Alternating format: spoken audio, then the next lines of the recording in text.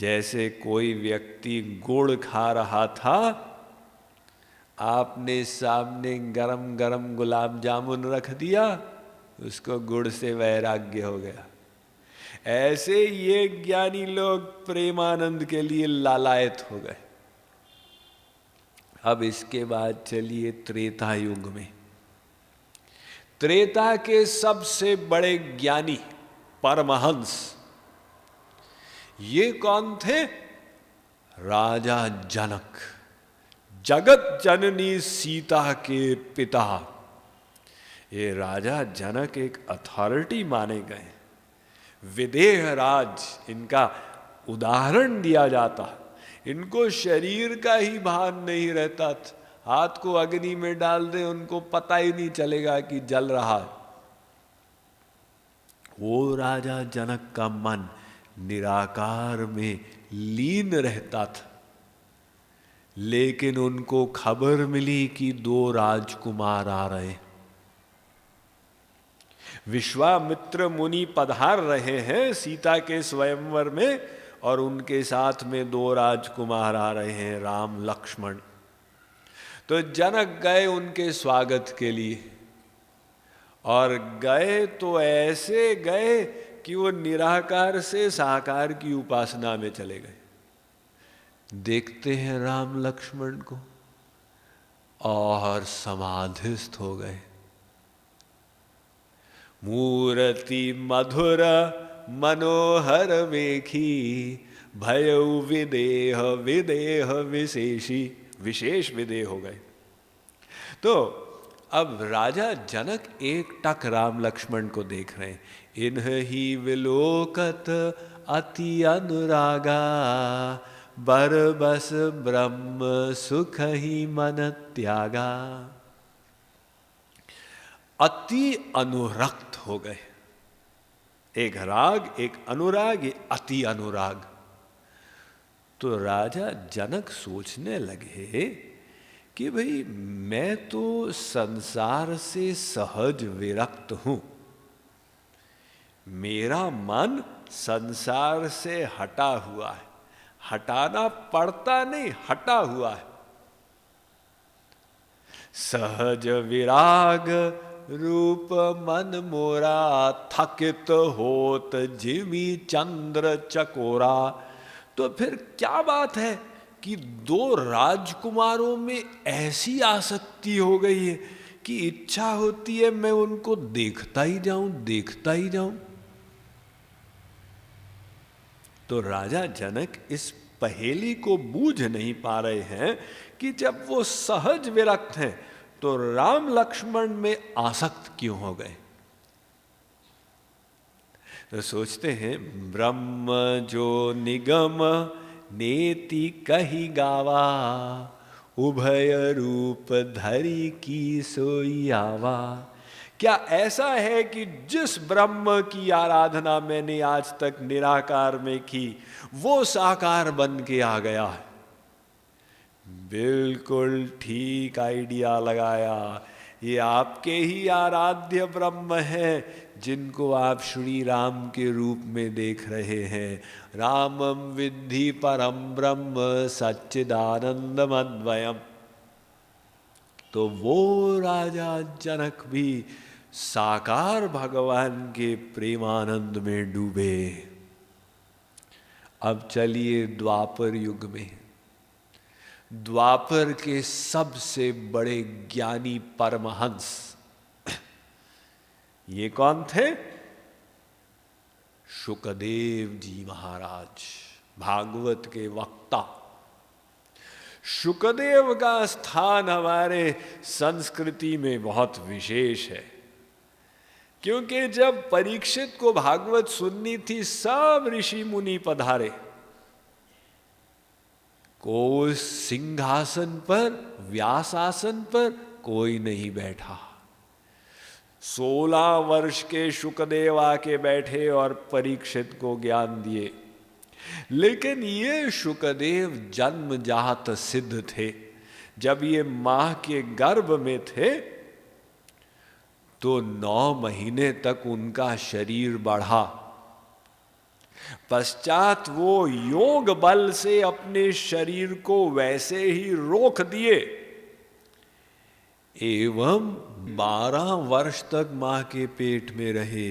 और जब इनके पिता वेद व्यास कोई श्लोक बोले या वेद मंत्र बोले, ये अंदर बैठे बैठे उसमें संशोधन करें, पिताजी ऐसे नहीं, आपको ऐसे बोलना चाहिए था। वेद व्यास ने कहा ये कौन सा जीवात्मा आ रहा है संसार में, अभी पैदा ही नहीं हुआ है और मेरे श्लोकों में त्रुटि निकाल रहा है, जबकि मैं भगवान का अवतार हूं। वेद व्यास ने पूछा तुम कौन हो? शुकदेव ने ऐसा उत्तर दिया कि पिताजी की बोलती बंद कर दी अंदर बैठे बैठे। पिताजी मैं क्या बताऊं मैं कौन हूं, एक जन्म में कुत्ता बना, एक जन्म में गधा बना, एक जन्म में बिल्ली बना, एक जन्म में मनुष्य बना, एक चीज होता तो बताता। अभी नाम तो कोई दिया नहीं गया, जन्म लेने के बाद माता पिता नाम देंगे, अभी तो शरीर का परिचय दे सकते हैं। तो कहते मुझे इतने सारे शरीर मिल गए। वेद व्यास ने कहा भाई ठीक है तुम बड़े काबिल हो, बाहर आओ। नहीं, अगर बाहर आऊंगा तो भगवान की माया लग जाएगी। नारद जी को आना पड़ा।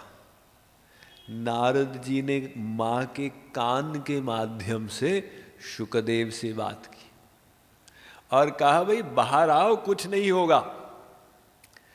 तब जाकर शुकदेव जी 12 वर्ष के पश्चात बाहर पहुंचे और पहुंचने के बाद अपने योग और तपस्या के बल से अपने शरीर को 12 साल के युवक का बना दिया और चले गए।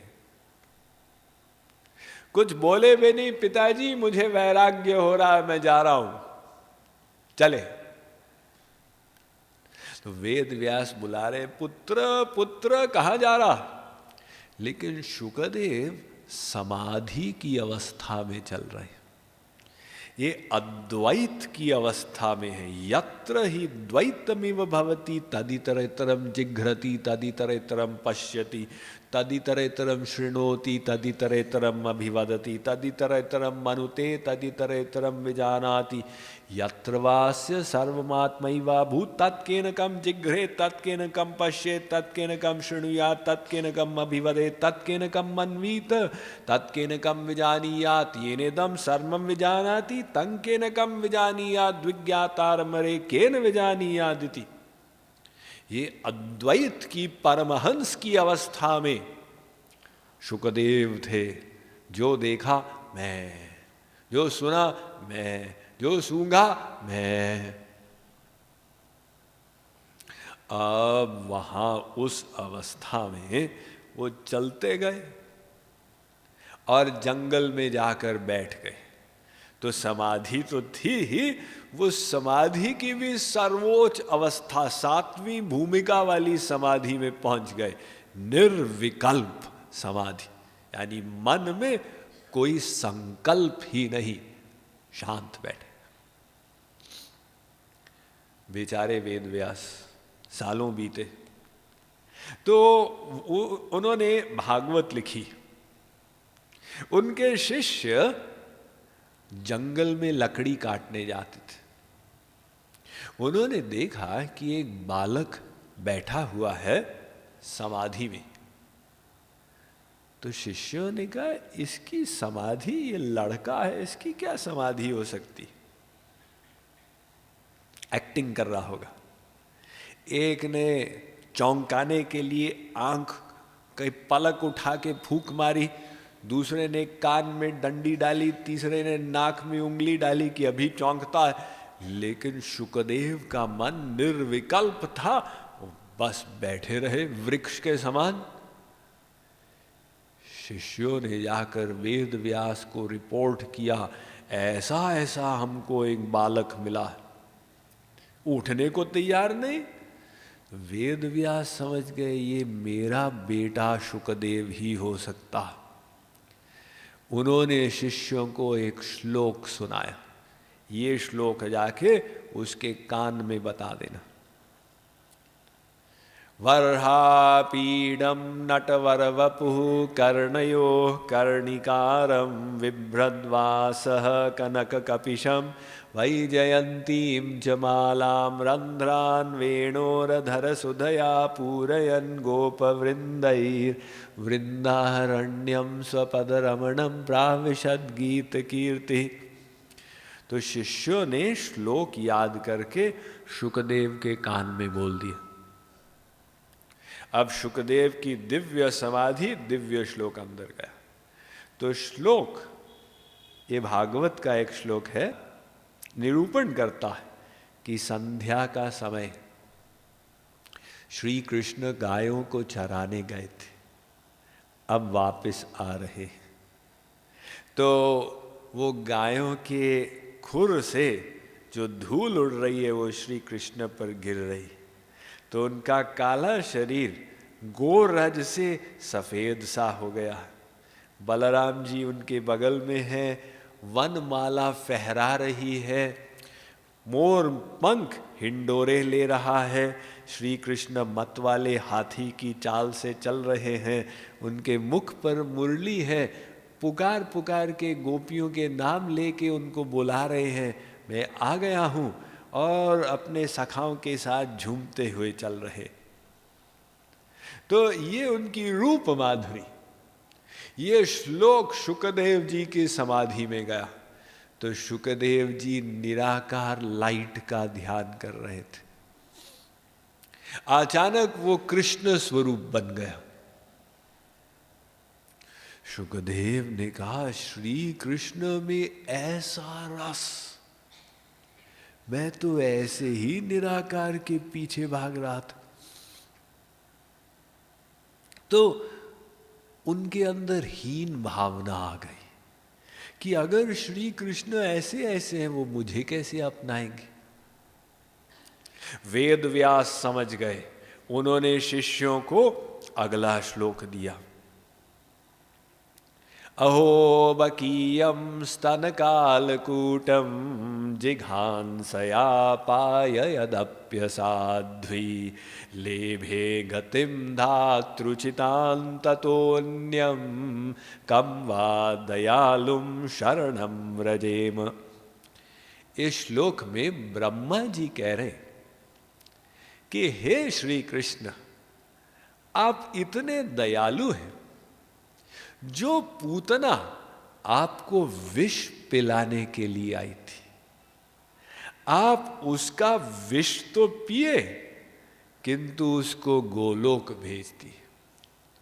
और किसी ने पूछा कि आपने ऐसा पूतना को गोलोक क्यों भेजा?